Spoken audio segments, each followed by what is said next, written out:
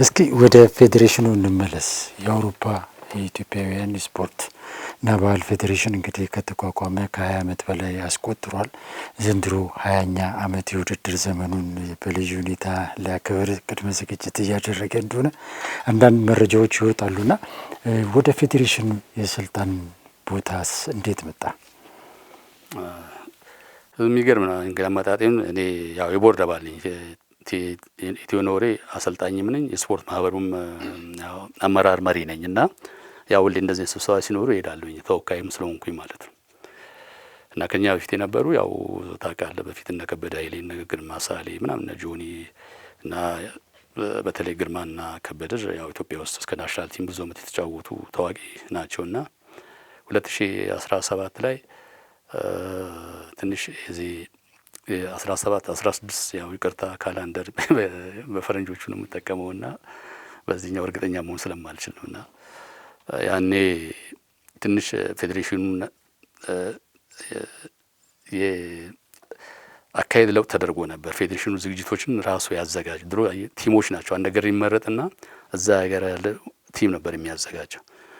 ግን ከ2012 12 ጀምሮ 10 ውይይቶች ነበሩ እንደ አሜሪካ እንደዚህ ፌዴሬሽኑ አዘጋጅቶ ቡድኖችን ማገዝ የሚችልበት። አለዛ ግን ቡድኖች ሲያዘጋጁ ከተማ ውስጥ ያሉ ያው ሰዎች ናቸው ተጠቃሚ የሚሆኑትና ወደ ቲሞች የሚመጣ ነገር የለም። ትራንስፖርታቸውን፣ ሆቴላቸውን አንዳንዴም በጣም መምጣት እየፈለጉ ተማሪ የሆኑና አቅም ያንሳቸዋል፣ ስደተኛ የሆኑና አቅም ያንሳቸዋል። ያን ነገር መቅረፍ የሚቻለው እንደዚህ አይነት ነገር ሲሆኑ ተብሎ በረዥም እቅድ የተያዘ ነበርና ያ ነገር ሙከራ ተደረገ። 2015 ላይ ፍራንክፈርት ተደረገና 2016 ሆላንድ ላይ ተደረገ ማለት ነው። ከዛ ያ ኪሳራ መጣ። አሁን 17 ላይ ያን ኪሳራ ለመሸፈን ውድድር ወደ ጣሊያን ሄደ። እዛ ሲደረግ ደግሞ እሱ ላይም አንዳንድ ነገሮች ተፈጠሩና እንደገና የባሰ ሆነ ማለት ነው። አሁን ኦክቶበር 2017 ስብሰባ ያ ዝግጅቱ ያው እኛ ሁሌ በፈረንጆቹ በጋ ጁላይ መጨረሻ ላይ ነው የሚሆነውና ኦክቶበር ስብሰባ ሄድን። እነሱም ያለውን ችግር ገልጸውልን ተናግረን ነበር። መጨረሻ ላይ እነሱም በቃ ያለው ሁኔታም ብዙ አመት ነው የሰሩት። የሚገርም ከነ ድክመትም ይሁን ከባለማወቅም ይሁን በአቅም ጉዳዩን ስህተቶች ይፈጠራሉ። ሁላችን አማተር አገልጋዮች ነንና እነሱ የሚችሉት ነው ያደረጉት። መስርተዋል ይሄን ፌዴሬሽን እንደዚህ አሁን ታዋቂ ዝነኛ እንዲሆን ብዙ ሰው የሚፈልግ ብዙ ኢትዮጵያን የሚያገናኝ ትልቅ መድረክ ነው የፈጠሩት ያመቻቹትና ያንን እንደ በጎ ነው የምናየው። ከዛ በኋላ ግን ያው ግድ የአመራር ለውጥ ያስፈልጋል ተባለ። እኔ እንኳን ለዛ አልተዘጋጀሁኝም ነበር። ከ4 ዓመት በፊት ከዛ በፊት የነበረ ምርጫ ላይ እንደዛ እንትን ብለውኝ ነበርና እኔ ያኔ ትምህርት ላይ ነበርኩኝና ቀደም ያልኩ የዚህ ስፖርት እንትኑ ላይ ለምኜ በሚቀጥለው ሳይቸገኔ ለማምለጥ እንደዛ ያልኩት እና ለሚቀጥለው ምናምን ብዬ ያለፍኩበት ሁኔታ ነበርና ያን አስታወሱ እና ያው ካልገባ አሉኝ። ብዙ ሞከርኩኝ ላለመቀበል ማለት እንደምታውቀው ሁሉም ሰው የሚደሰተው የተስተካከለ የተደላደለ ምቹ ሁኔታ እንጂ ችግርን ውዝግብን እንደገና ደግሞ ኦልሞስት 3 ቦታ የተከፋፈለን ኃይል ያለበት ቦታ ላይ እንደዚህ አይነት ስራ መቀበል ኃላፊነት መውሰድ ከባድ ነው እና ያን ነበር። ግን ቤቱም ትልቅ ጫና ፈጠረብኝ። እንግዲህ ሁሉ ሰው እምነት ከጣለበት እስከ መቼ ኃላፊነት ሸሽተን እንደገና ባለፈው እንደዛ ብለህ ነበር አሁን ምናምን ብለው ሲያነሱብኝ ምንም ማምለጫ አላገኘሁኝም። ተቀበልኩ። ከኔ ጋርም አብሮኝ 9 ከኔ ውጪ 8 ሰው አብሮ ያው ተመረጠ። ወጣቶች ናቸው እንደኔም ጎልማሳ የሆኑ ደግሞ አብሮኛሉ እና ከዛ በኋላ የመጀመሪያ ዓመት ላይ በጣም አንገጫገጨን። 2018 ስቱትጋርት የነበረው ዝግጅት ያው ኤክስፒሪየንስም ደግሞ ቲሞች ያዘጋጁ ስለተባለ 2 ዓመት ሽግግር ባለፈው ችግሩ ስለከተተን ወደ ነበረበት ይመለስ ተባለ ማለት ነው እና ለስቱትጋርት ቡድን እንዲያዘጋጅ ተደረገ። ከዛ አንዳንድ ነገሮች እዛ ስንሄድ ያልተሟሉም አንዳንድ ነገሮች ነበሩ። ግን ሞር እዚህ የኮንሰርቱ ነገሩን ረበሸውና በቃ ትልቅ የውስጥ ተፈጠረ። ግን እንደምን ዝግጅቱ አለፈ። ከዛ በኋላ ግን ተስተካከለ እና አሁን እንዴት መጣ ያልከኝ ያው አመጣጤ ይሄን ይመስላል። እና አሁን 20ኛው ምንድነው አሁን ላይ እናንተ ከመጣችሁ በኋላ ቀደም ሲል ከነበረው የተለየ በእናንተ ዘመን የተሰራ ስራዎች በእቅድ የተያዙ ስራዎች ምንድን ናቸው? ያው የሚገርምህ ቅድም እንዳልኩ የታላላቅ ወንድሞቻችን በቅንነትና በፍጹም ፍቅር በሁለት በሶስት የተጀመረ ነገር ነው። ሳይታሰብ አየህ በጣም ትልቅ ሆነ የሁሉም ሰው ፍላጎት። አዎ እና አሁን ራሱ በጣም በፕሮፌሽናል አሁንም መመራት አለበት የማምነው ነው። ይሄ በትርፍ ጊዜ የምሰራው ሳይሆን በቋሚነት ተቀጥሮ ጽህፈት ቤት በደንብ ኖሮ ተደራጅቶ የምንሰራበት ደረጃ ላይ ነው ያለው እና አሁን እኛ ስንቀበል እንዳልኩ ትንሽ ያው በገንዘብ በኩልም ክራይሲስም ነበር። -72,000 ዩሮ ውስጥ ነበር ያው በኦዲተሮች የሚያሳየው። መጨረሻ ላይ ወደ 20 ምናምን ሺህ ወረደ። ብዙ እንደ ተቋም መሰራት የሚገባቸው ነገሮችን ያው እኛ አየንና ሰነድ በዋናነት ሰነድ እንዲኖር እናደረግን። የውድድር ማዘጋጃ ሰነድ ያ ሰነድ ውድድር እንዴት እንደምናዘጋጅ ጉድለትን ለማየትም ይጠቅማል። ሁለተኛ ሌሎችም ቡድኖች ደግሞ ያን ሰነድ ወስደው እንደ ቼክ ሊስትም አለው ምን ያስፈልጋል፣ ያን እንደ ተቋማዊ ምን አለኝ፣ ምን ያስፈልገኛል፣ እንዴት ይገኛል፣ እንዴት ይተገበራል የሚባሉ ነገሮችን የሚያሟላ በእንግሊዝኛ በአማርኛና በጀርመንኛ ያ ሰነድ ተዘጋጀ ማለት ነው። ከዛ በኋላ ደግሞ ከኢትዮጵያ ደግሞ የጤና ቡድኖች ይመጣሉ። እነሱ ጋር ያኔ አንድ ቡድን ነበር የሚመጣው። አሁን ፍላጎቶች ሲመጡ እንዴት ማስተናገድ እንችላለን ስናይ ያ ቡድን እንዴት መጣ ብለን ሰነድ ምንም ነገር የለም። ስለዚህ አሁን ፌር መሆን አለ ብለው አሁን ለነሱም እንደዚሁ ሰነድ አዘጋጅ ማለት ነው። ከኢትዮጵያ የመጡ ቡድኖች ሁለቱ ጊዜ እድል እንዲያገኙ ከዛ በኋላ ሌላው አፕላይ ያደረገ በዚህ መጥቶ ኤክስፔሪየንስ ያው እንዲያደርግ ማለት ነው። ሌላው ደግሞ በዋናነት እኛ እዛ ካወጣናቸው ደንቦች ውስጥ እንደ ማበረታቻ እንዲሆን ነው። እኛ የማንችለውን የኛ እጅ የማይደርሰውን ነገር በእነሱ ለመድረስ ማህበራዊ ኃላፊነት መወጣት፣ በአካዳሚ፣ በሜዳ፣ በትምህርት ቤት አረጋውያን በማገዝ ህጋዊ ህልውና ያላቸው የተመዘገቡ ማለት ነው። እንዲህ ነገሮችን የሚያሟሉ ማናቸውም አፕላይ እንዲያደርጉ ብለን ያን ደንብ ወጣ። 2 ዓመት ሁሉም ሲደርሰው ከዛ ጠብቆ በተራው አፒል ያደርጋል። እንደዛ እያደረግን አሁን በዛ ነው ያለ ነው እልሃለሁ። እንደገና ደግሞ በተለያዩ ዘርፎች ደግሞ የተለያዩ ንዑሳን ኮሚቴዎችን አወቃቀሩን ቀየር ነው ማለት ነው። ስራ አስፈጻሚ ቦርዱና እንትን ብለን የተለያዩ ዲፓርትመንቶች አሉት። የቴክኒካል አለው፣ በፊትም ነበረው ፒአርም አለ፣ ግን ሰፋ ባለ መልኩ ማለት ነው። ከውጭም ሰዎችን የሚያሳትፍ የቦርድ አማካሪም እንዲኖርና የስራ አመራሩ የሚያማክሩ ሰዎችም እንዲመረጡ አደረግን። የጥናት ኮሚቴ ሁሉ አቋቋምን። ሀሳባቸውን እንደምንድን ነው ያ ፌል ያደረገው ወደፊት ምን እናደርግ ይሻላል የሚለውን ነገር ማለት ነው። እንደገና ደግሞ በኢትዮጵያ ስፖርት ጉዳይ ላይም በፊት ፓሲቭ ነበር በጣም። እኛ አክቲቭ ሆነን ብዙ እንደምታየው ብዙ ትውልደ ኢትዮጵያውያን አሉ። አሁን ህጻናቶች፣ ወጣቶች የልጆች ይጫወቱ የነበሩ አሁን የዛሬ 2 ዓመት ታች አምስተርዳም ላይ ሻምፒዮን ሆነው ወደ ፈርስት ዲቪዥን የገቡት አሁን ኢትዮ ፓሪስ የሚባለው ቡድን ከ12 ዓመት በታች ምናምን የነበሩ ናቸው። አድገው አሁን ውድድሩ ሻምፒዮን ሆነው አንደኛ ዲቪዥን ገብተዋል። በርሊን ብትሄድም አሁን በርሊኖችም እንደዛ ባለፈው ዓመት እንደዛ ሆነው ወደ ላይ መጥተዋል። አሁን በየሀገር ውስጥ በጣም ብዙ ወጣቶች ህጻናቶች ናቸው ያሉትና እነሱንስ እንዴት መጠቀም ይቻላል? ከዛ በቦርዱ ጋር ብዙ አቅም ያላቸው ሰዎች አሉ። በመመካከር ከአገር ቤቱ ጋር ግንኙነት በማድረግ ከተጫዋቾች ማህበር ፕሮፌሽናል ተጫዋቾች ማህበር ከነሱ ጋር ግንኙነት በማድረግ ከቴክኒካል ዲፓርትመንት ኢትዮጵያ ከፉትቦል ፌዴሬሽን ከጽህፈት ቤት ከፕሬዝዳንቱ ከስፖርት ሚኒስትር ዴኤታው ምናምን ደግሞ አሁን በመጣው ሰዓት ሁሉ አገኛቸዋለሁ እናገራለሁና ትነጋገራለን። እና ያው ታውቃለህ ያው ቆልፎን ይዞ ነው የነበረው የዚህ ትውልደ ኢትዮጵያዊ በጥምር ዜግነት ኢትዮጵያ ስለማትፈቅድ ያን መጠቀም የማይቻልበት ሁኔታ ነበር። እሱን ደግሞ እንዴት መጠቀም ይቻላል? እንደገና ባለሙያው መጥቶ በፌዴሬሽን ውስጥ ማገልገል የማይቻልበት የሆነ የውስጥ ደንብ ነበር። እሱ ሁሉ እንዴት መቀየር አለበት? በነዛ ጥያቄዎች ላይ አንስተን ተወያይተን እዚህም ደብዳቤዎችን በመጻፍ በመጣን ሰዓት በመገናኘት ሀገራቸውን ማገዝ የሚሉ ልጆች እየባከኑ ነው።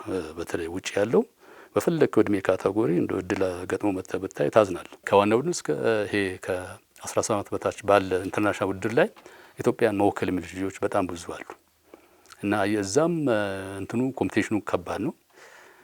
ምክንያቱም እኩል ብትሆን ያው የሚመረጠው ያው የዛ ዜጋ ነው፣ ምንም ጥርጥር የለውም።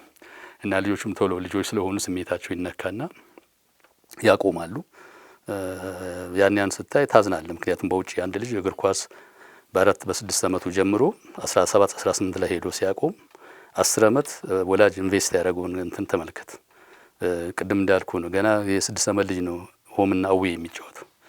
ከዚህ ተነስተ ናዝሬት ነተ ምናምን ተጫውተ ትመጣለህ። የ6 ዓመት ልጅ ይዘህ ነዳጅህን ጊዜህን ምናምን አስብ። ስልጠና ትሬኒንግ አለ። እንደገና ደግሞ ምናልባትም ስፔሻል ስልጠና ልውሰድ ካለ ክፍያ ወላጅ ከፍሎ የሚሰለጥንበት ሁኔታዎች አሉ። ያሁን ሁሉ ተደርጎ መጥተው እዛ ላይ እዛ ሀገር እንኳን መጫወት ካልቻሉ እኛን እዚህ ማገዝ ይችሉ ነበር እና ያን ሁኔታ እስቲ በፊፋ በኩል በጣም ጥሩ ተስፋ ሰጪ ሁኔታዎች አሉ። ሰምተ ከሆነ ከኖሬ በረኛው ከእኔ ጋር የነበረ ልጅ ነው። ያን ከአሰልጣኝ አብርሃም ጋር የጀመርነው ፕሮጀክት ነበር። ከዛ በኋላ ከአቶ ውበቱ ጋርም ጥሩ ግንኙነት ከሁለቱም ጋር አለኝ። እሱም በዛ ጉዳይ ቀጠለበት። መጨረሻ ላይ አቶ ዳንኤል ገብረ ማርያም ኢንስትራክተር ዳንኤል አጫውቶኛል፣ ነግሮኛል። ስለዚህ በጣም የሚገርም ቅን ሰው ነው እና ግን እዛ ላይ ታየ። ከዛ በኋላ ደግሞ ሊጠራ እድሉ ሊሰጠው አልቻለም። ለምንድን ነው? ያው ነው እንግዲህ አሁን የኢትዮጵያ ችግር እኮ ይሄ ነው። በሰነድ የተደገፈ ቅብብሎሽ ያለው ነገር አይሰራም። እኔ ስመጣ የኔን ፍላጎት ብቻ ነው እንጂ ሀገርን የወገንን ጥቅም አለማየው። ለኔ የሚያስደስተኝ ነገር ወይንም ደግሞ በዙሪያ ያሉን ሰዎችን ለማስደሰት ነው እና ሀገራዊ ኃላፊነትን በአግባቡ ያለ መወጣትም ነው። ሌላው ደግሞ ቅድም እንደው ያልጨረስኩት በልጆቹ እድል ላይ መወሰን ነው። እነዛ ልጆች መጥተው ኢንተርናሽናል እንትን የመታየት እድላቸው ሰፊ ነው የሚሆነው። ህዝባችንን ታውቋለን፣ ከልጅነት ጀምሮ እንግዲህ ያደክበት ነው እና እግር ኳስን ምን ያህል እንደሚወድ እኔ በዳታ የተደገፈ እንትን የለኝም እንጂ እኔ ያው ኳስ ስለማይ ብዙ እንደ አርጀንቲናና እንደ ኢትዮጵያ ህዝብ ለእግር ኳስ ያበደበት ኳስ የሚወድ ህዝብ ያለበት ሀገር ያለ አይመስለኝም። በእግር ኳስ ተጽኦም ካልክ ደግሞ እንዳልኩ እኔ አሁን በዚህ በስፖርት ሳይንስ በእግር ኳሱም ብዙ ነገሮችን አንብቤያለሁኝ፣ አይቻለሁኝ። የእኛ ልጆች በጣም ተፈጥሯዊ ታለንት ናቸው። እግር ኳስ የሚወድ ህዝብ አለ። በተፈጥሮ የታደለ ህዝብ አለ። በተፈጥሮ ጥሩ የሆነ ምግብ አለ እና ምንድነው የጎደለን? እና አሁን አየህ በቀላሉ ማንም ሰው የሚመልሰው ነገር ወደ ስትሄዳለ ያመለክታል። ወደ አደረጃጀታችን፣ ወደ ስልጠና፣ ወደ ደግሞ ይሄ ምልመላው እና እንዲህ ነገሮች ላይ ትሄዳለ። እነዚህ ሰው ሰራሽ ችግሮች ናቸው። እነዚህን መቅረፍ አቅቶን በጣም እንግዲህ እንደዚህ አይነት ችግር ውስጥ ያለን እንደዛ ያሉ ልጆች ያን ሁሉ ምናምን ያለፉ ናቸው። ኢትዮጵያ ምንም አንድ ብር ኢንቨስት ሳታደርግ ማንም ሳይደክምባቸው ሳይለፋባቸው ተጠቀሙ ነው የሚባሉት። ግን እዚህ ጋር አንድ ጥያቄ የሚመላለስብኝ ነገር አለ። ብዙ ጊዜ እዛ አውሮፓ ያሉ አሜሪካንም ያሉ እንዳንተ እግር ኳሱን በደንብ በቅርብ የሚያውቁ ሰዎች እነዚህ ወጣቶች መባከን የለባቸውም፣ ሀገር ልትጠቀምበት ይገባል እያሉ በተደጋጋሚ ጊዜ ጥያቄ ለፌዴሬሽኑም ለአሰልጣኞቹም ያቀርባሉ። ነገር ግን እዛ ያሉ ወጣቶች እዚሁ መጥተው ለመጫወት የነሱ ፈቃደኝነትስ ምን ያህል ድረስ ነው? ብዙ ጊዜ የሚፈልጓት ኢትዮጵያ በኢንተርናሽናል የውድድር መድረኮች ላይ በትላልቅ ውድድሮች ላይ ስትቀርብ ነው። እዛ ላይ ለመታየት ብቻ ነው ታርጌት የሚያደርጉት እንጂ መጥተው እንደ ሀገር ለመጫወት ፍላጎት አላቸው የሚለው ነገር ጥያቄ ይነሳል። ለምን ካልከኝ ለምሳሌ አሰልጣኝ ሰውነት ቢሻው ይዘው በነበሩበት ቡድን ላይ የዛ ሰሞን ላይ በጣም ጥያቄው ከፍተኛ ነበር። ብዙ ኢትዮጵያውያን መተን መጫወት እንፈልጋለን ብለው ጥያቄ ያቀርቡ ነበር። ከዛ በኋላ ባሉ ሂደቶች ላይ ግን ምንም አይነት ጥያቄዎች አልነበሩም። ብዙ ጥያቄዎች እንደዛ ጊዜ ይቀርቡ አልነበርም። አሰልጣኝ ውበቱም እንደዚሁ ሊያልፍ ባለፈበት ጊዜ እንደዚሁ ጥያቄዎች ነበሩና ጥያቄዎቹ የሚመጡት ብዙ ጊዜ ኢትዮጵያ በአፍሪካ በዓለም ዋንጫ ውድድሮች ላይ ጥሩ ውጤት በምታስመዘግብበት ጊዜ ለሽግግር ነው የሚል ነገር አለና በዚህ ላይ ምን ትላለህ? በዋናነት ሰው ስለማያውቀው ነው፣ በሚዲያም ስለማይገለጽ ነው። በጣም ብዙ ልጆች ከዩሮፕ ከአሜሪካ እየመጡ በየክለቡ ይሞክራሉ። እኔ በግሌ እንኳን 2-3 ልጆች ልክ ያለሁኝ አንዳቸውም መጫወት አልቻሉም። አስቡ ዩሮፕ ውስጥ ሊግ ውስጥ የሚጫወት ተጫዋች እዚህ ሀገር አትመጥንም ምናምን ሲባል የአመቱ ታለንት የተባሉ ልጆች ዩሮፕ ላይ በአንድ ሀገር ላይ እዚህ መጥተው በአግባቡ እንኳን በስነ ስርዓቱ ይሄ ይጎልሃል ይሄ የምታስተካክል ተብሎ መልስ አይሰጣቸው የተመለሱ ልጆች ብዙ ናቸው። ያ ክፍተት ነው። ያ ክፍተት ያለው በቅድም እንዳልኩ ነው። በማኔጅመንት በኮቺንግ ስታፉ ያለው እንግዲህ እይታና ያለውን እንግዲህ ተጫዋች አሰልጣኙ በእርግጥ ይወስናል። በዛ ቦታ ላይ ተደራራቢ ተጫዋች ምናምን የሚባል ነገር አለ። ግን አሁን እንደኔ እይታ መሲ እንኳን ኢትዮጵያ ሆኖ ተሳስቶ ኢትዮጵያ ሆኖ እድል ምናምን ልሞክሮ ቢመጣ እነዛ አሰልጣኞች አይቀበሉትም ነበር። ምክንያቱም ታውቀዋለህ ለምን እንደሆነ። በጣም ማዝነው ለምሳሌ የዛሬ 2 አመት እኛ ውድድር ላይ ኮከብ የተባለ ተጫዋች ነበር። በጣም የሚገርም ተጫዋች ነው። ለሁለት ታዋቂ አሰልጣኞች ቪዲዮውን ላኩኝ አዩት። አሁን ግን ትክክል ነው ጨርሰናል፣ ግን ይምጣና ይሞክር ተባለ። አንድ ቦታ መጣ። ከዛ አንድ ተጫዋች ከግብጽ ሀገር ውድድር አቅሙን እድሜውን ጨርሶ የመጣ ተጫዋች እሱ መጣ ሲባል ትሬኒንግ ላይ በቃ የሆነ ፊት የመንሳት የሆነ ነገር ሲያደርጉት ልጁ ወዲያው ትኬቱን ይዞ ወደ ስዊድን የተመለሰው። ከዚህ በፊት ደግሞ አንድ አሰልጣኝ እንደዚህ የሚገርም የኖሬ ልጅ ነው። አሁን ራሱ ኢትዮጵያ ሙቭ አድርጓል። የሚገርም ልጅ ነበር። በግራኝ ነው፣ ግራ ተመላላሽ ነው። በቃ የሚገርም ኳሊቲ ያለው ልጅ ነው። ቅዱስ ጊዮርጊስ ክለብ ነበር። እዛ ደግሞ መጣ። ፖርቹጋላዊ አሰልጣኝ መጣ ጊዜ እና አሰልጣኙ በጣም ወደደው። በቃ እሱ ለሚፈልገው ነገር ምቹ ነው ልጁ። ያው ታውቃለህ እዛ ያደጉ ልጆች ታክቲካሊ ምንም አታወጣላችሁ ከልጅነቱ ጀምሮ የሚያድግበት ነገር ስለሆነ ማለት ነው። ልክ ሰውየው ልጁ ደብረ ዘይት ሄዶ ዝግጅት ምናምን እንደጀመሩ መሰለኝ ሰውየው ተባረረ። ከዛ ያው እሱን ተክቶ የነበረው ሀበሻ ሰው ነው እና ልክ ሰውየው እንደሄደ ክለብ ልፈልግልህ ነው ያለው። እንግዲህ ነጩ አምሎበት ያስቀመጠውን ልጅ ሀበሻው ሲቀበል ክለብ ልፈልግልህ ወይ ምናምን አሉ። ልጁ ጥሎ ተመለሰ ማለት ነው።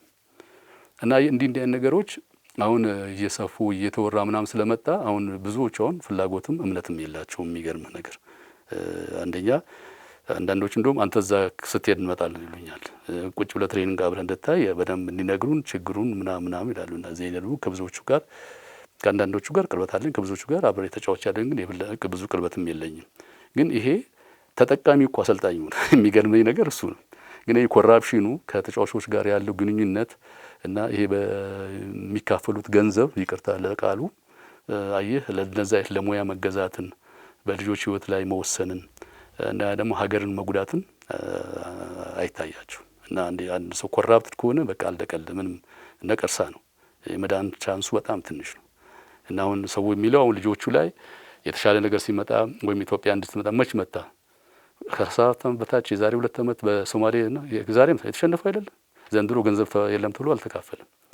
ናሽናል ቲማችንም ያው የምናየው ነገር ነው። እና ምን የሚያጓጓ ነገር አለ? ግን ልጆቹ ሌላው ሀገር እኮ ሄዶ ቅድም እንዳልኩ እኔ ሳሰለጥን ከ20 ዓመት በታች የአልጄሪያ የዛይር እነ ኮንጎ ነው የሚባሉት እነ ሞሮኮ መጥተው ያሉ እና ከነ ቤተሰብ ነው። አሁን የዚህ ትምህርት ቤት ሲዘጋ ፈረንሳይ ወይም ስፔን የ20 ዓመት በታች ውድድር ወይ ዝግጅት ሲኖረው ከነ ቤተሰቡ ተጋብዘው ሄዶ ነው እንዳረፍት ነው ተብለው ተለምነው እንዲወዱት ያለው ሁኔታ እንዲያዩ ተደርጎ ነው። በልመና ነው የሚመጡት። እኛ ጋር መጥተው እየለመኑ እድሉ አይሰጣቸውምና ሰው ስለማያውቅ ሚዲያ ላይም ስለማይወጣ ያው እንዲህ አይነት ለሀሜታ ልጆቹ ይዳረጋሉ። ኦኬ እስቲ ዘንድሮ እንግዲህ 20ኛ ዓመት የውድድር ዘመናችሁን ታሳልፋላችሁና የት ነው የሚደረገው? በምን አይነት ሁኔታ ለማድረግ ታቅዷል? 20ኛ ዓመታችን ትንሽ ያው ሁሌ 25 እና ሲባል ሰው ትኩረት ይሰጣልና እኛም እንዳልከው ከቤልጂየሙ ዝግጅት በኋላ ኦገስት ጀምሮ በዚህ ጉዳይ ላይ መክረን እየተዘጋጀን ያለነው። የዘንድሮ ዝግጅት ፈረንሳይ ነው፣ ፍራንክፈርት ነው ጀርመን የሚዘጋጀው በፈረንጆቹ ከጁላይ 29 እስከ ኦገስት 3 ነው። እንግዲህ በእኛ በኩል ያው ብዙ ሰው ይመጣል ስለምንጠብቅ እና ደግሞ ጀርመን ሴንተርም ነው። ብዙ ኢትዮጵያውያንና ኤርትራውያን ወንድሞቻችን የሚኖሩበት ሀገር ነው። ከተለያየ አቅጣጫ ደግሞ በቀላሉ በመኪና ነጥቶ መምጣት የሚቻልበት ሀገር ነው። በኑሮ አንጻር ደግሞ ከሌሎች ሀገሮች ደግሞ የተሻለ ነው ተብሎ ማለቴ ይሄ አሁን በዓለም ላይ በዚህ ከዩክሬን ጦርነት በኋላ ብዙ ይሄ በኢኮኖሚ በኩል ብዙ መዋዠቅ ነው ያመጣውና የኑሮ ውድነትን አስከትሏል እና ከዛ አሁን እኛ ቤልጅየም ባለፈው ስናዘጋጅ ከፍተኛ ውጪ ነው ያስወጣን። አሁንም ያው ባለው ሁኔታ እንደዛ ይሆናል እንገምታለን። ግን ጀርመን በአንጻራዊነት ከሌሎች የተሻለ ነው እና ያም በመሆኑ እንግዲህ ያው ብዙ ሰው ይመጣል ብለን ስለምንገምት ያው ዝግጅቶችን እያደረግን ነው። ያው በዋናነት የሚያስፈልግ የዚህ ሜዳ ጉዳይ ነው። እሱን ኦልሞስት ጨርሰን በጣም ጥቃቅን የሆኑ ቴክኒካል የሆኑ ነገሮች ላይ ነው እየተናገርን ያለ ነው ማለት ነው። ድሮ ዝም ብሎ ሜዳ ላይ ነበር ውድድሩ የሚደረገው። አሁን ወደ ስታዲየም ገብተናል። ያ ደግሞ በጣም ኮስት ያደርጋል። በጣም ውድ ናቸው፣ ከሚፈለገው በላይ ውድ ናቸው። እሱ ላይ ነው እንግዲህ ትንሽ አሁን ያን ስታስባ የሴኩሪቲ አለ፣ ጽዳቱ አለ፣ ሕክምናው አለ፣ ማአት ነገሮች ተያይዞ የሚመጡ ነገሮች አሉ እዛ ስታዲየሙ ብቻ ሳትወጣ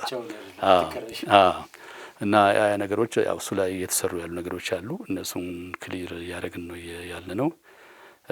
አንዳንድ ነገሮችንም እንደዚሁ በህዝቡ ደግሞ በጎን ባህላዊ ስፖርትና የባህል ፌዴሬሽን ነው የሚባለው የሙዚቃውን፣ ኮንሰርቱን፣ የህፃናትን ስነ ጥበብን በተለያዩ ነገሮችን ሁሉ ያካተተ እንዲሆን እንፈልጋለን። በዛም የባህል ክፍል አለን በዋና ጸሐፊያችን የሚመራ እሱም የራሱን በዛ በኩል እየተዘጋጀ ነው ያለው። የእግር ኳሱን ደግሞ ቴክኒካል ዲፓርትመንት አለን በዛ እና ደግሞ በዓል አዘጋጅ ብለን ያልናቸው እነሱ አሉ። እነሱ ደግሞ እንደዚህ ኮንሰርትን የተለያዩ ነገሮችን ልምድ ያላቸውን አቅም ያላቸውን በስፖንሰርም እገዛ ማድረግ የሚችሉ ተቋማትን የሚያካትት ስራዎችን እንዲሰራ ለተወሰነ ንዑስ ኮሚቴ ኃላፊነት ሰጥተን እዛ ላይ እየሰሩ ነው ያሉት እና ፌዴሬሽኑ ደግሞ እንደዚህ ወጪው ብዙ ስለሆነ በዚህ በኩል ደግሞ ወጪውን መሸፈን የሚችልበት ሁኔታ በተለያዩ ሽያጮች የሚገኙ ነገሮች አሉ። እነሱን ደግሞ በመስራት በማደራጀት ላይ ነው ያለ ነው። በቡድኖች በኩል እንግዲህ ያው ከ20 ምናምን በላይ አንደኛ ዲቪዚዮን አለን። ወደ 16 ሁለተኛ ዲቪዚዮን አለን። የልጆች ደግሞ ከ15 16 ዓመት ቲሞች በላይ ነው ያሉን ከ7 ዓመት እስከ 17 ዓመት ያለ እና በዛ እንግዲህ የተዘጋጀን ያለ ነው። ኦኬ ዘንድሮ እንግዲህ በየዓመቱ ውድድር ስታዘጋጁ የክብር እንግዶችን ትመርጣላችሁ፣ ድምፃውያን ትመርጣላችሁና የዘንድሮ እንግዶቻችሁ እነማን ናቸው? እስካሁን ውስጥ ለውስጥ ነው እየተናገርን ያለ ነው፣ ይፋ አላደረግንም እና የተለያዩ ጥቆማዎች ከህዝብም ከስፖርት ተመልካችም መጥተዋል። ከኛም በኩል ደግሞ የተለያዩ ሀሳቦች ጥቆማዎች መጥተዋል። ያን እንግዲህ ቴክኒክ ኮሚቴው መክሮ ለስራ አስፈጻሚ ያቀርባል። ከዛ በኋላ ይወሰናል። በቅርብ ጊዜ ይታወቃል ብዬ ተስፋ አደርጋለሁ። ከውድድሩ ምን ያህል ጊዜ በፊት ነው ደንባችሁ የሚለው እንደዚህ አይነት ነገር ማሳወቅ? ብዙ ጊዜ አንዳንዴ ከአመት በፊትም ከ6 ወር በፊትም ትላለህ እንትን የለውም። ግን እኛ ያቆየንበት አንዳንድ እርግጠኛ መሆን የሚገባን ነገሮች ስላሉ ያንን ማረጋገጥም ስለፈለግን ነው። ሁለተኛ ደግሞ ሀሳቦችም የተለያዩ ስለሆኑ እነሱን በደንብ ዳይጀስት ማድረግ ስለሚያስፈልግ ለዛ ብለን ትንሽ ጊዜ ወስደን ከዚህ ከእንግዳ ምርጫ ጋር ተያይዞ ብዙ ጊዜ ስፖርት ቤተሰቡ ጋር ስፖርተኛው ጋር ራሱ ስናወራ የሚነሱ አንዳንድ ጉዳዮች አሉና እሱን ምናልባት ጥርት ብታደርግልኝ በሚል ይህን ጥያቄ ላንሳ። አንተን አግኝቼ አለማንሳት ብዙ የሚጠይቁኝ አካሎች ይኖራሉ ብዬ አስባለሁና ያው የእናንተ ፌዴሬሽን ብቻ ሳይሆን አሜሪካም ያለው ፌዴሬሽን ላይ የሚነሱ ነገሮች ናቸው። እነዚህ ጊዜ ብዙ ጊዜ እንግዶች ሲመረጡ በዋናነት በመስፈርትነት የሚቀመጠው ለሀገር የሰሩት ውለታ ምንድን ነው የሚለው ነው።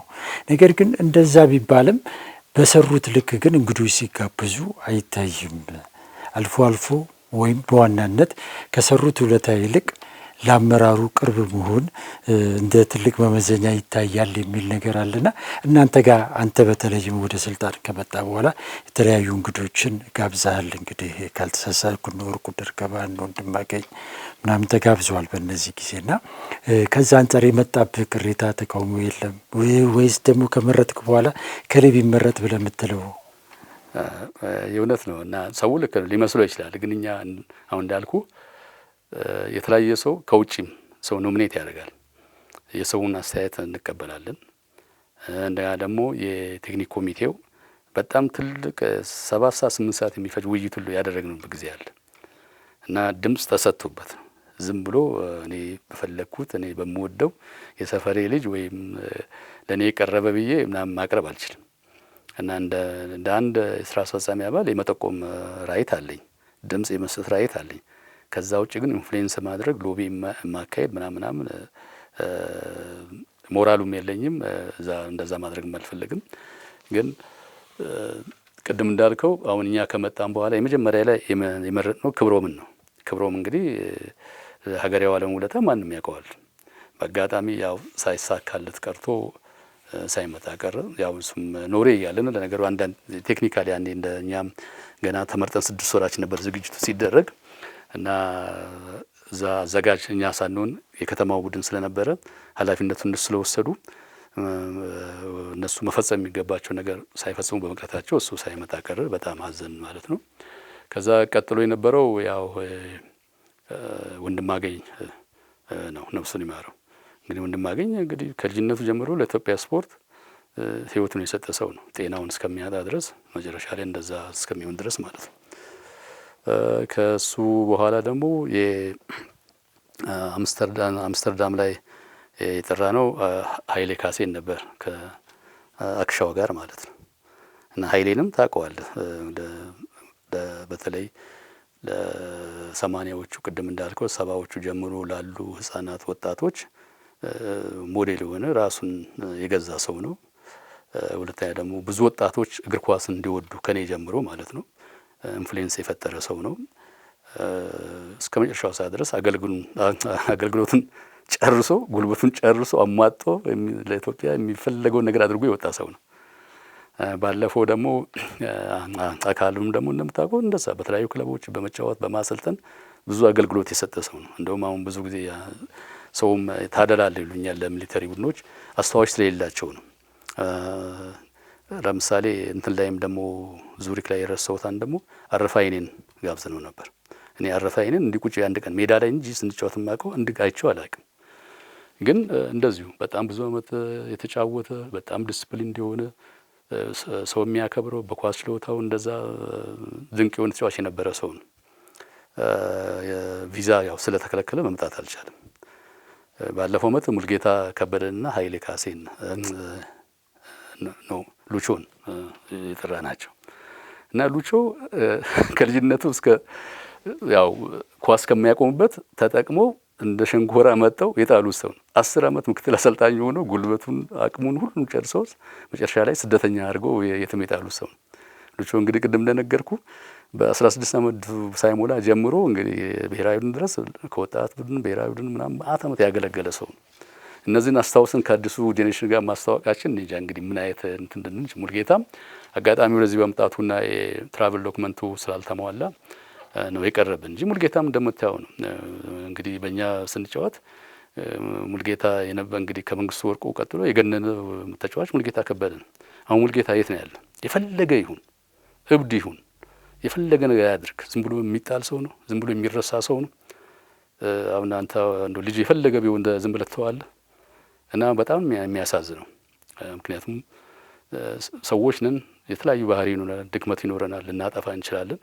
ግን ህብረተሰቡ የስፖርት ቤተሰቡ ሁሉም ጋዜጠኛውም በሙያ ያለ ሰው ሁሉ ሊያግዘው ይገባል።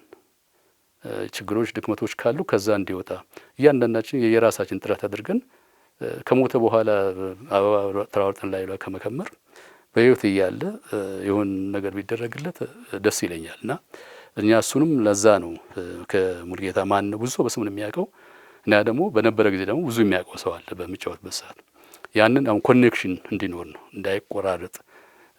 ምክንያቱም ሁሌ ኢትዮጵያን ያገለገላት አስተዋሽ አጥቶ ነው የሚሞተው እና ያ ነገር እንዳይኖርና ቀጣዩ ትውልድ ደግሞ እንዲማርም ለአሁኖችም ደግሞ እንዲያከብሩትም ብለን ያደረግነው ነገር ነው። እኛም እናሰው እንግዲህ ሲጋበዙ ምንድን ነው የሚደረግላቸው? ወጪያቸው የተለያዩ ነገሮች ይኖራሉ። ወጪ ከውጭ ጋር ተያይዘው ብዬ አስባለሁና እዛ መገኘታችሁ ምንድን ነው የሚያስገኘው ነገር? እኛ ቀደም እንዳልኩ እኛ ስንቀበል ለምሳሌ በማይነስ ምናምን የተቀበልነው አይደለም፣ ገንዘብ የለንም። ግን እኛ የምናደርገው ትራንስፖርታቸውን እንሸፍናለን።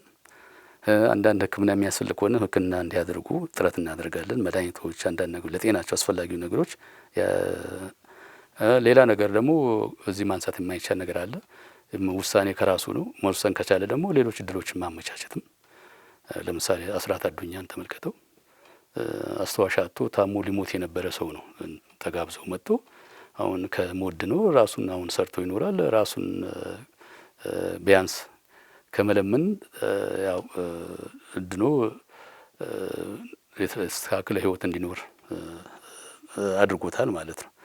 እና እንዳልኩ ከዛ ውጪ ደግሞ አንዳንድ መጠነኛ የሆነ ድጎማዎችን እዚህ ገባ የምትለው አይደለም፣ ግን ባዶ እጅ እንዲመለሱ ምናምን አናደርግም። በዋናነት ትርፋቸው ግን ህብረተሰቡ እውቅና እንዲሰጣቸው ነው፣ እናመሰግናለን እንላቸው ነው። አዲሱ ወጣትም ደግሞ የኛው ጄኔሬሽን ደግሞ እንዲያከብራቸው እንዲያውቃቸው፣ ነገ ተነገ ወዲያም ዛሬ የሚጫወተው የዛሬው ጎረምሳ ነገ ተነገ ወዲያ እሱም ያረጃልና ለዚህ ሰውዬ ክብር ስጥ፣ ላንተም ነገ ትከበራለህ ልንል ነው። ሌላው ማነሳው ነገር እንግዲህ እዛ ውድድር ላይ ቅድም የጠቀስክልኝ ቁጥር በጣም ብዙ ነው። ብዙ ቡድኖች ይሳተፋሉ በየደረጃው እና ከዚህ ከኢትዮጵያ የሚመጡ ቡድኖች እንዳሉ ይታወቃል። እና ከእነሱ ጋር ተያይዞ የሚነሳ ነገር አለ እዚህ ኢትዮጵያ ውስጥ እና የሚጋበዙት የተወሰኑ ክለቦች ብቻ ናቸው። ጤና ቡድን ከተባለ ለምንድን ነው እኛም የማይደርሰን የሚሉ አካላቶችም አሉ። ሁለተኛ በዋናነት የስፖርት ውድድር ነው እና እዚህ ያሉ ብዙ የቀድሞ እግር ኳስ ተጫዋቾች አሉና እዛ ውድድር ላይ የነሱ መገኘት ከምንም በላይ ብዙዎች ይፈልጉታልና ነገር ግን የሚሳተፉት ግን እግር ኳስ ተጫዋቾች ያልሆኑ ናቸው። በእነሱ ስም የሚሄዱ በእኛ ስም የሚሄዱ እስከ ማለት የደረሱም አሉ አንዳንድ ወገኖችና እዚህ ላይ ምን ትለኛለህ? ቅድም ለጠቅስልህ እንደሞከርኩት ነው። እኛ በዋናነት የጤና ቡድኖቹ አሁን አዲስ አበባ ላይ እንደሆነ ሜዳ የያዙት ትሬኒንግ የሚሰሩት የጤና ቡድኖች ናቸው። እንደ ድሮ የሰፈር ቡድኖች ምናምን የሉም። ሜዳ የለማ የት ሄደህ ትጫወታለህ? እና ትንሽ የአቅም ስራም ስለሚሰሩ አቅም ስላላቸው ሜዳ ተከራይተው ነው። አሁን ሜዳ ለትሬኒንግ በወር 20-25 ሺህ ብር እየተከፈለ ነው የሚሰራበት እና ያን አሁን ለብዙ ሰው አክሰስ ያለው አይመስለኝም። እና ቡድኖች እነዚህ የጤና ቡድኖች አሁን ብዙዎቹ ጋር ስታይ አብዛኛዎቹ 90% ማለት ይችላል የቀድሞ ተጫዋቾች ናቸው። በየክለቡ የሚጫወቱ የነበሩ ናቸው። ከዛ በተረፈ ደግሞ ቅድም እንዳልኩ ከሁለት ጊዜ በላይ ማን ቡድን እንዲሳተፍ ህግ አውጥተናል። እንደውም አንዴ ህግ ወጣው በህጉ ነው የምንሄደው። እንደውም ከኮሮና በኋላ ትንሽ እንትን ስላለ አቁመን ስለነበረ 6 ቡድን ነበር እንደውም የጋበዝ ነው። የሚገርም አምስተርዳም ላይ 7 ተመለከቱ። ኳስ ሜዳ እንተው ነው። ኳስ ሜዳ ሰፈሬ እንደውም እስካሁን አኩርፎኛል ነው ይቅርታ። ምክንያቱም ለሰፈሩ ልጆች አንድ ቲም መጣል ስለነበረብን ኳስ ሜዳ እንጣል እና በአጋጣሚ እዚህ አውሮፓ በቪዛ ይሄ ሳንክሽኑ ምናምን መጣና ቡድኖቹም በቪዛው በምናምኑ ብዙ ችግር መጣ። እዚህ ጦርነቱም ጊዜ ስለነበረ ብዙ ቡድኖች ቪዛውን ሳያገኙ ቀሩ ማለት ነው። ከዛ በኋላ ግን ወደ ኋላ ተመለስን። ያው 3 ቡድን ነው የወሰንነው። ከዛ አሁን በየአመቱ እንግዲህ 3 ቡድን ይጋበዛል በራሳቸው አሁን በቪዛ ሪስትሪክሽን አላለም አሁን አውሮፓ በኢትዮጵያ ላይ በጣለው እና በዛ ያው ሊያገኙ አልቻሉም። በተለይ ያለፈው 2 አመት መምጣት አልቻሉም። ከዛ በተረፈ ግን ቲሞች የሚመረጡበት ምናምን የሚባለው ነገር ቲሞቹን አሳውቀን ነው ህጉን ልከንላቸው አንበባው 2 አመት እድል አንዴ ከተጋበዝኩ 2 አመት እድል እንዳለ ከዛ በኋላ ደግሞ ለሌላው እድሉን መልቀቅ እንዳለበት ያው ጫናው ሲበዛባቸው ያመጣችሁት ህግ ነው። ቅድም እንዳልኩኛ ስንቀበል በምንድን ነው የሚጋበዘው? ስለዚህ ሁሉም ሰው አንድ ልክ ብዙ ቡድኖች ጠየቁን። ኖ የስ ለማለት የሆነ ደንብ ሊኖር ይገባል። ያ ሲካፈል የነበረ አንድ ቡድን ነበር። ደግሞ ያ ቡድን ደግሞ በምንድን ነው ይካፈል የነበረው? እንዴት መጣ? መጀመሪያስ እንዴት ጠየቀ? በምን ሰነድ ነው ምናምን ስናይ ምንም ነገር አላገኘንም። ለዛ ነው እና ለእኛ በተቻለ መጠን ፌር ለመሆን ነው። አሁን ለምሳሌ ድሬዳዋ ያሉ ጤና ቡድን ጠይቀውን ነበር የዛሬ አመት። ያው ተራቸውን እየጠበቁ እንጂ አሁን ደስ ነው ያለን ከድሬዳዋ እንደ ጤና ቡድን እንደዚህ መጥቶ ሊሳተፍ ማለት ነው። እኛ የምንመኘው እንደዛ ነው። ከሁሉም ከኢትዮጵያ ክፍሎች በተለይ በዚህ በስፖርት መሰረተ ልማት ላይ የሚሰሩ ከሆነ ማህበረሰቡን የሚያግዙ ከሆነ ማህበራዊ ኃላፊነት የሚወጡ ከሆነ ለኛ ትልቅ ነገር ነው። አውሮፓ መጣሉኝ ብሎ ሳይሆን እንደው ያን እንኳን እናሟላ ከዛው የተወሰነ ነገር እናሟላ ብለው መንቀሳቀስ ከቻሉ ለኛ ትልቅ ነገር ነው እና ያን እኛ በዛ መልኩ ነው የምናየውና እንደተባለው ወገንተኝነት የሚሰራ ነገር አይኖርም እያልከኝ እንዳልኩ እንደዚሁ በቴክኒካል ዲፓርትመንት አለው ነገሮች ነው ያሉ። ከዛ በኋላ የማያሟላን ይሄ አያሟላም ይላሉ። ያሟላ ቡድን ስራ አስፈጻሚው ያቀርባሉ ማለት ነው። የእናንተ ማህበር እንግዲህ በአውሮፓ የተመዘገበ ህጋዊ ማህበር እንደሆነ ይሰማኛልና፣ ነገር ግን አንዳንድ ጊዜ ቪዛዎች በእናንተ በኩል ከመጡ በኋላ በተለይ እንግዶቹ የሚከለከሉበት ምክንያት ምንድን ነው?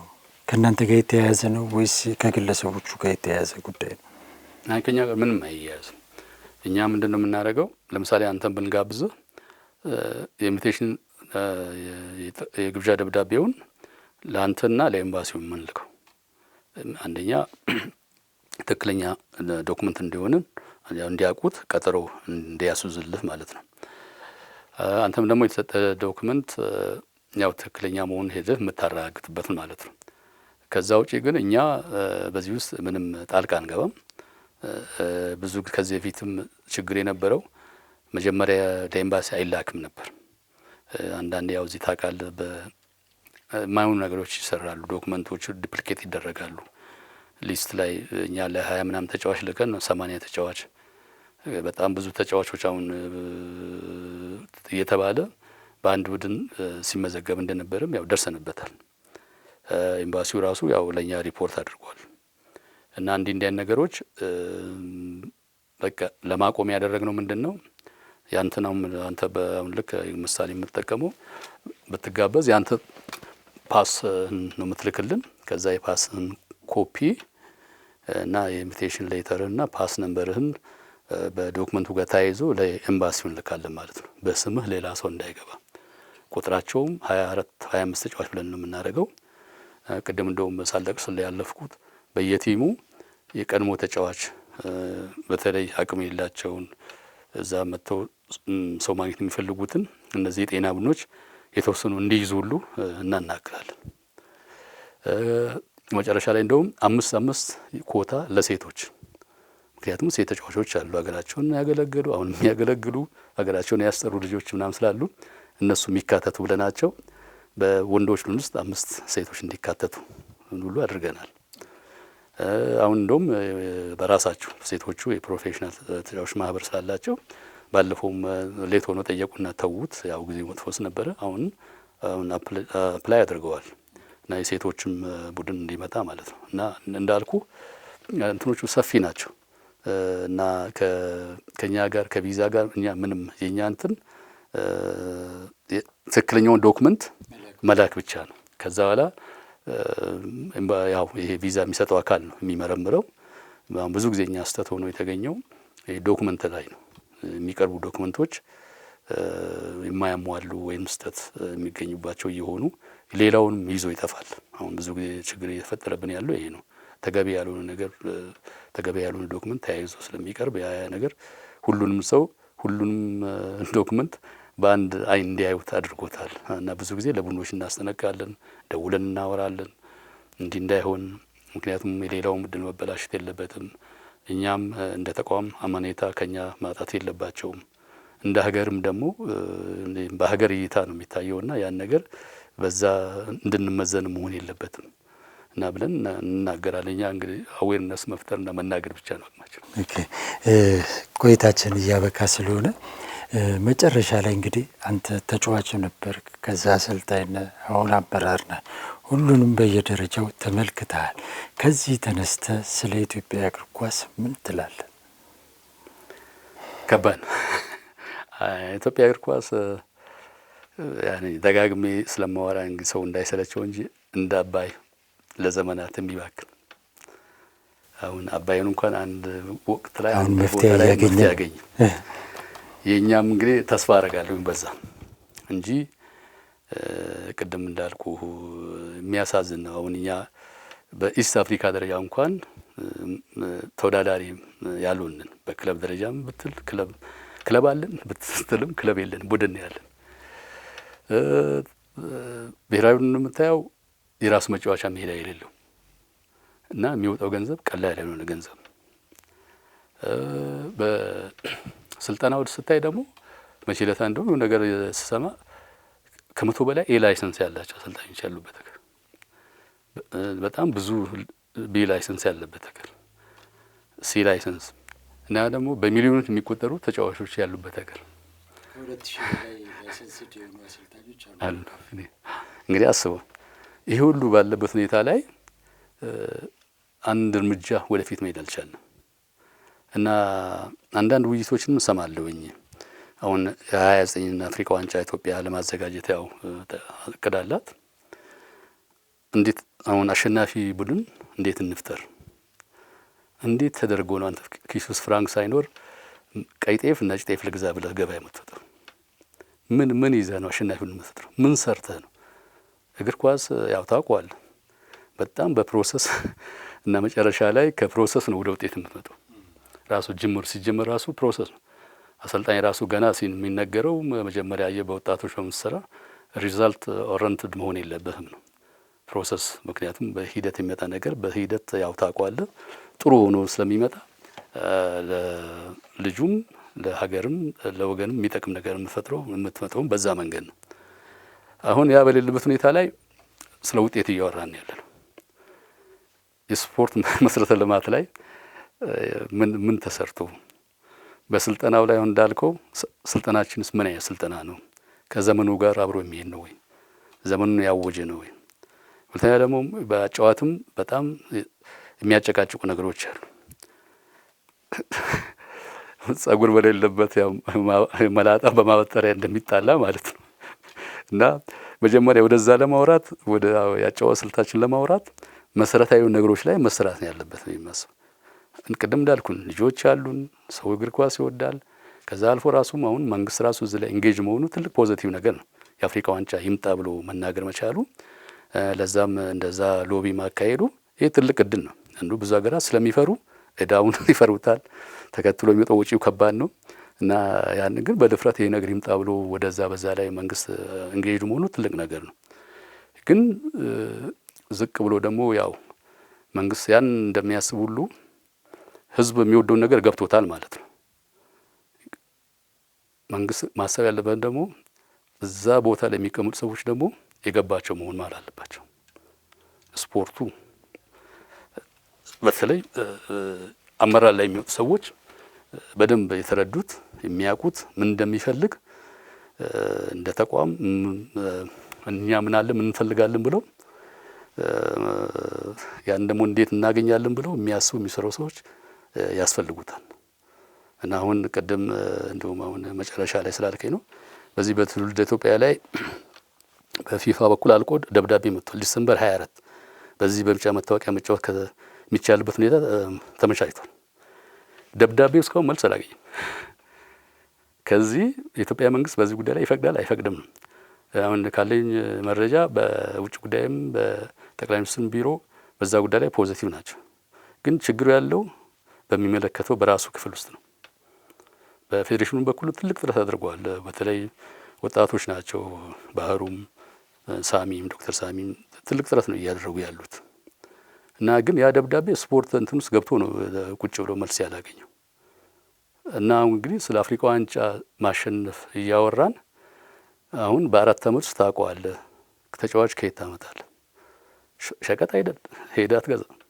እና ለዛ ማነው ቅድም እንዳልኩ የተዘጋጀ ኃይል አለን ለሽግግር የሚሆን መጥተው መጫወት የሚችሉ አገራቸውን ማገዝ የሚችሉ እነዛን ልጆች ተጠቃሚ ማድረግ ለክለብ መጫወት ይፈልጋሉ። ቅድም እንደነገርኩ ያን መቀበል የሚችል አቅም ያለው ከኮራፕሽን ነፃ የሆነ አሰልጣኞች መኖር አለባቸው። ስልጠናውም ዘመኑን ፋክት ሳይንስ አሁን እግር ኳስ ያው ስፖርት አካል ነው አይደለም ሳይንስ ነው ማለት ነው። ስለዚህ ፋክት ነው ማለት ነው። ወደ እውነታ እንሂድ፣ ተጨባጭ በሆነ ነገር ላይ እንሂድ እና ቅድም እንዳልኩ ነው ያለንና የሌለን ነገር ለይተን ማወቅ ከዛ እንዴት እንደምናገኝ መስራት ከዛ መተግበር ማለት ነው እና በዛ ከሄድን ምናልባት የተሻለ ነገር ይመጣል ብዬ ተስፋ አደርጋለሁ። የመጨረሻ ጥያቄ ላድርግልህና ከዚህ ከማህበሩ ጋር ተያይዞ የማህበሩ የመጨረሻው ግቡ ምንድን ነው? እኛ የማህበሩ ግባችን ምንድን ነው? በስፖርቱ አማካኝነት ኢትዮጵያዊ ቤተሰብ መፍጠር ነው። አሁን በተለያየ የአውሮፓ ሀገር ላይ ነው ያለ ነው እና በጣም ብዙ ኦልሞስት ከሁሉም ሀገር አሁን ዘንድሮ የሚገርመው አሁን ባለፈው ከስፔን መጡ ባርሴሎና በማደጎ የወዱ ልጆች ናቸው። አሁን ለኛ ትልቅ እንትን ነው የሚገርመው እስራኤል ያ ጦርነት መጥቶ ባይረብሽ እነሱም ሊመጡ ነበር። ያም እንግዲህ አስበው እና ኮሚኒቲው በጣም ትልቅ ነው። በዚህ በስፖርት አማካኝነት ኢትዮጵያ አንድነቱን፣ ማንነቱን፣ ባህሉን ህጻናት እዛ የሚወለዱም ኮንፊውዝ እንዳይሆኑ ምን አይነት ህዝብ እንዳለን ውብ የሆነ ህዝብ አለን። ሰንደቅ ዓላማችን በጣም የሚያምር ነው። መልካችን በጣም የሚያምር ነው። መተዛ ጋር ስታይ ከለርፉል ነው። የሚገርም በቃ ነጮች አፋቸውን ከፍተው ሳምንቱ የሚደመሙት በየአመቱ ኑ እኛ ጋር ነው የሚሉት ውድድሩ ሲያልቅ እና ያ ለኛ ትልቅ ስኬት ነው። በዋናነት ግን ያው በስፖርቱ አማካኝነት ኢትዮጵያዊ አንድነቱን፣ ባህሉን፣ ማንነቱንና ቤተሰባዊ ስሜትን መፍጠርና አንድነትን ማጉልበት፣ ባህላችንን ማሳየት፣ ማሳደግ ወንድማማችነት ስፖርት ደግሞ ታውቃለህ። ከዛ በተረፈ በዓለም ስናከብር በኦሎምፒክ እሴቶች መሰረት አድርገን ነው። ያ ኦሎምፒክ በዋናነት ያው ውጤት፣ ክብር፣ ወዳጅነት ይላል። ያንን ክብር ለኢትዮጵያ ሰጥተን ነው። ውጤት ደግሞ ኢትዮጵያ ዝም ብላ ዛሬ የተፈጠረች ሳይሆን በደም በአጥንት የተገነባች ሀገር ናትና ውጤቷ ብዙ መስዋዕትነት የተከፈለባት ናትና እንንከባከባት ነው የምንለው። እና ደግሞ ወዳጅነት ደግሞ ህዝባችን የተለያየ ባህል፣ ቋንቋ፣ እምነት አለው። ያንን ወዳጅነት አጠንክረን ሀገራችንን ማዕከል አድርገን ተባብረን አንድ ላይ ነው ቁም ነው የምንለው። እነዚህ ኦሎምፒክ ሴቶችን ወደዚህ ተርጎን ነው የምናከብረው። ኦኬ፣ እጅግ አድርጌ አመሰግናለሁ። ምናልባት ቀረ የምትለው ነገር ካለ እድሉን ልስጥ። በእኔ በኩል ግን ጥያቄዎችን ጨርሻለሁ። እኔ ለተሰጠን ልጅ በጣም አመሰግናለሁ። ምናልባት አንዳንዴ ስናገር ስሜታዊ ሆኜ ከውስጤም አንዳንዴ ፓብሊክ ላይ እንዳለው ሳይሆን እንደ ግል ውይይት አድርጌ የምናገራቸው ነገሮች የሰው ስሜት ጎተው ከሆነ ይቅርታ ጠይቃለሁኝ። ያው እንደ አንድ ኢትዮጵያዊ ባለኝ እይታ የተሻለ ነገር ቢሆን ብዬ እንጂ እኔ ትክክል ነው ብዬ አይደለምና በዛ ሰው እንዲገነዝብልኝ ይፈልጋል። ታንክ ዩ። አድማጭ ተመልካቾቻችን እስካሁን ስትከታተሉት የቆያችሁት ከቀድሞ እግር ኳስ ተጫዋች ከአሁኑ በአውሮፓ የኢትዮጵያውያን የስፖርትና ባህል ፌዴሬሽን ፕሬዚዳንት አሳየኝ ጥላሁን ጋር ያደረጉትን ቆይታ ነበረ። ቀሪ ፕሮግራሞቻችን ይቀጥላሉ። እኛ ግን እዚህ ጋር ተሰናበትን። ቻው ቻው።